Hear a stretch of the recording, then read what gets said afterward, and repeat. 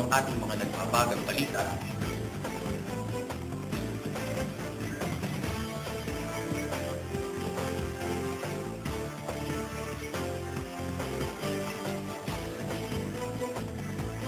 Naaayon sa proklamasyon bilang 1041, isa ang perpetualay na pagdiriwang sa buwan ng wika. Para sa detalye, narito si Aileen Capuno. Ayon sa konstitusyon, Pilipino ang pambansang wika ng Pilipinas. At upang mas maipakita pa ang pagpapahalaga sa wikang ito, pinirmahan ni dating Pangulong Fidel V. Ramos ang Proclamation No. 1041 na nagdidikta sa buwan ng Agosto bilang buwan ng pambansang wika. Pinili ang buwan ng Agosto bilang pag-alala sa kapanganakan ng ama ng pambansang wika na si Manuel L. Quezon. Kaya naman nakiisa ang buong universidad sa pagdiriwang nito. 3 patimpalak ang inihain ng Departamento ng Komunikasyon at Wika. Kabilang na nga rito ang pagsulat ng sanaysay, paggawa ng poster at pagpapakahulugan sa isang awitin. Nauna nang idinaos kamakailan ang pagsulat ng sanaysay at paggawa ng poster. Samantalang ang pagpapakahulugan sa isang awit naman ay idinaos noong Lunes lamang. Nauna lang na idinaos ang pagsulat ng sanaysay at paggawa ng poster noong nakaraang Miyerkules sa alinsunod sa temang ang Pilipino ay wikang panlahat, ilaw at lakas tungo sa tuwid na landas. Samantala, isang programa naman ang inihanda para idaos ang pagpapakahalugan sa isang awit at paggawad parangal sa mga nagwagi.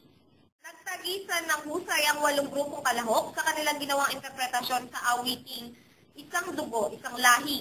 Nagsilbing hurado ng patimpalak sina Binibining Liza Villegas, Ginoong Justin Rodriguez at Ginang Violeta Ocampo. Samantala, nagpakitang gilas rin ng UPHST Chamber Choir sa pag-awit nila ng Tagumpay Nating Lahat. Napaindak naman ang mga manonood sa modernong pagsayaw ng Agas Fusion Crew. At syempre, hindi rin nagpahuli ang Folk Dance Company sa ginawa nilang pagtatanghal ng Lapay Pantigil. Sa pagtatapos ng programa, inanunsyo ang mga pangalan ng mga nagwagi sa nasabing 3 patimpalak. Kabilang sa mga nagwagi sa pagsulat ng sanaysay, sina Maria Jonaver S. Valencia, Shilo May N. Pua at Jade P. Shona. Sa paggawa naman ng poster, nanguna si Maria Joanna Palume, Jose Antonio G. Ceres Burgos at Jelen Cyril Eitan. Sa pagpapakahulugan naman ng isang awit, nanalo ang grupo bilang 6, kasunod ng bilang 5 at ang pangatlo ay ang bilang 3 grupo. Dahil buwan ng Agosto, kailangan natin pahalagahan yung wika. Napagayon, maibigay na hatid natin sa mga estudyante na hindi lang dapat tuwing Agosto nagdiriwang ito, hindi dapat gamitin sa buong taon. Kumbaga, i-highlight natin at bibigyan ng pansin yung mga gawain para maengganyo yung mga estudyante sa mga activity yung gagawin. Nung sa ngayon, medyo maaalala nila yung diwa ng wikang Pilipino. Ang ganitong uri ng pagdiriwang ay nagpapaalala lamang sa atin ng kahalagahan ng paggamit, pagkilala at pagmamahal sa sariling wika. Ika nga ni Rizal, ang hindi marunong magmahal sa sariling wika ay masahod pa sa malansang isda. Ako po si Aileen Capuno, nag-uulat para sa First.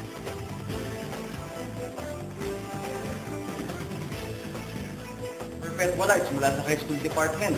Pagdaling silang talino at galing, dapat sa iba pang naglalakihang mga eskwelahan. Ron para sa detalye.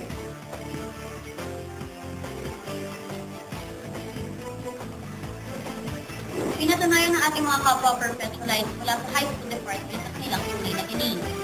Nakamit ni Rachel Ann Camacho, first year student, ang first place para sa impromptu speaking contest. First place din si Joy Marie Barcelona, fourth year, para naman sa poster making contest. Nagwagi ang 2 laban sa mga kilalang eskwelahan katulad na lamang ng Dela Salipa, Elizabeth Seaton, Tetran Calamba at Canosa. Muli rin nakipagtunggali ang mga ito para naman sa Division School Press Conference sa ginanap sa Rizal Memorial School noong September 3 at September 4. Laban sa 36 na eskwelahan, nakamit ni Rachel Ann Camacho ang 3rd place para sa Writing for English sa editorial. At 2nd place naman si Aileen Maria M.M. Agbuya para naman sa 2nd place sa editorial writing sa Filipino. At sa darating na October 7 at November 9 to 13, muli sila makikipagtunggali para naman sa regional competition sa Lucena City. Mula dito sa High School Department, ako si Cicero, nag-uulat para sa First News TV.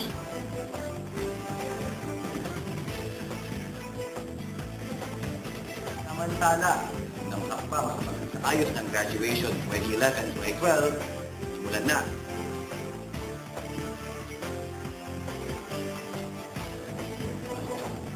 Nandito ako ngayon sa Educational Media Center kung saan ginanap ang unang pagpupulong ng graduation committee para ngayong taon. Ito ay pinaminuan ni Dr. Arnaldo Guzman, School Director ng Paaralan, kasama si Mrs. Joyce Villas-Prian, Dean ng College of Pharmacy, at si Dean Marie Nakamura, Dean ng College of Medical Technology. Ang pagpupulong na ito ay dinaluhan ng iba't ibang piling estudyante mula sa siyam na iba't ibang kolehiyo o college ng ating paaralan. Ito ay inorganisa upang mapag-usapan na at maisaayos ang mga kakailanganin para sa darating na pagkatapos 2011-2012. Isa sa mga napag-usapan ay ang tungkol sa yearbook, tema, speakers at venue ng graduation. Ginanap rin sa pagpupulong ang eleksyon ng officers para sa graduation at ang mga nanalo ay sina Kim Obaldo bilang presidente, Murphy para sa vice president, Kay De Los Santos, secretary, Rachel Viray para sa treasurer. Sa ngayon ay inaasahang mayroong humigit kumulang 300 na magtatapos. Mula dito sa ENC, ako si Kay De Los Santos para sa First News. Thank you.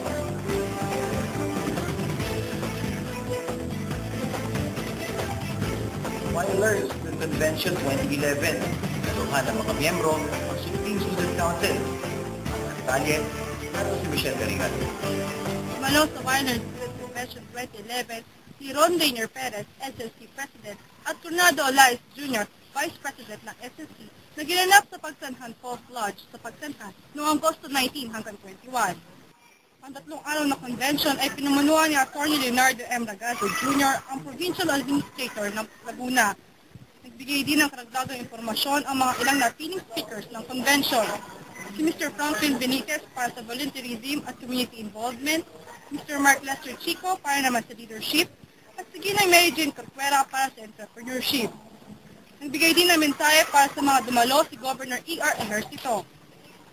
Hindi din nagpahuli ang mga estudyante na masaksihan ang kagandahan ng Pagsanhan Falls. Nagkaroon sila ng pagkakataong malibot ang buong lugar. Nagkaroon din sila ng kasiyahan tulad ng Mr. and Miss Wyler na naging dahilan para lalo silang magkakalanlan. Nagibisita rin ng convention si Beyond na PBB Season 2 na tumayo para sa Red Cross para imbitahan sila sumali at mag-donate ng dugo. Bago matapos ang convention, nagkaroon ng pagkakataon na magbigay ng mixing mensahe si Ron Perez patungkol dito. Masasabing naging matagumpay ang ginanap na Wilers Student Convention. Para sa First News TV, Michelle Garingal, nag-uulat.